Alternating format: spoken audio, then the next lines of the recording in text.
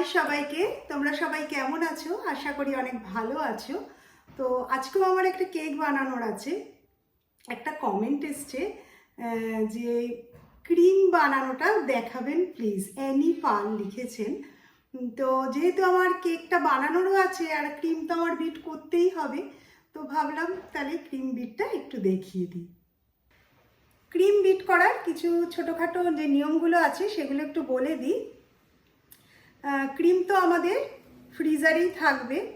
যেদিন কেক বানানো হবে ঠিক তার আগের দিন রাত্রির বেলা ডিপ ফ্রিজ থেকে বার করে নর্মাল ফ্রিজে রেখে দিতে হবে, এবং পরের দিন যখন কেক বানাবো ক্রিমটা যেন একদম চিল্ড থাকে, কিন্তু লিকুইড ফর্মে থাকে। জানি না ভিডিওর মধ্যে কতটা বোঝাতে পারলাম।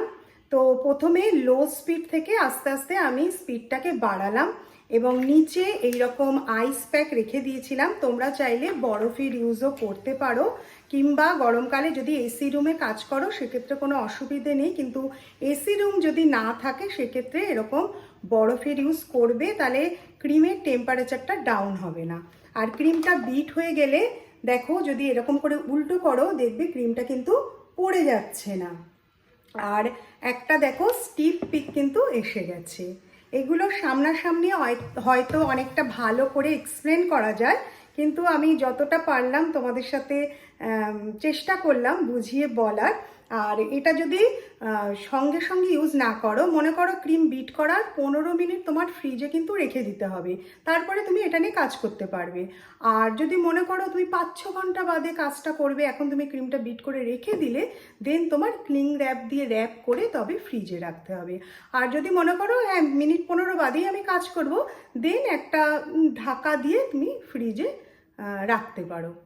কেকটা আমার অলরেডি কাটিং করে নেওয়া হয়ে গেছে, এবার ঝটপট চলো লেয়ারিং করে ডিজাইন করে কমপ্লিট করে ফেলি।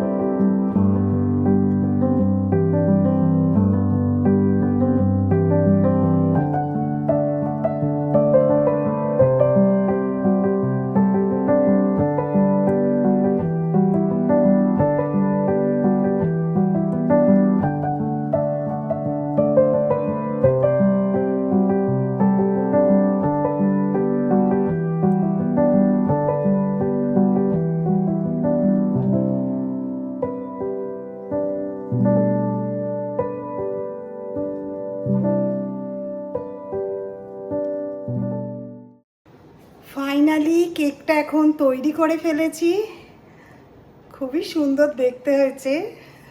চলো তোমাদের ভালো করে দেখাই।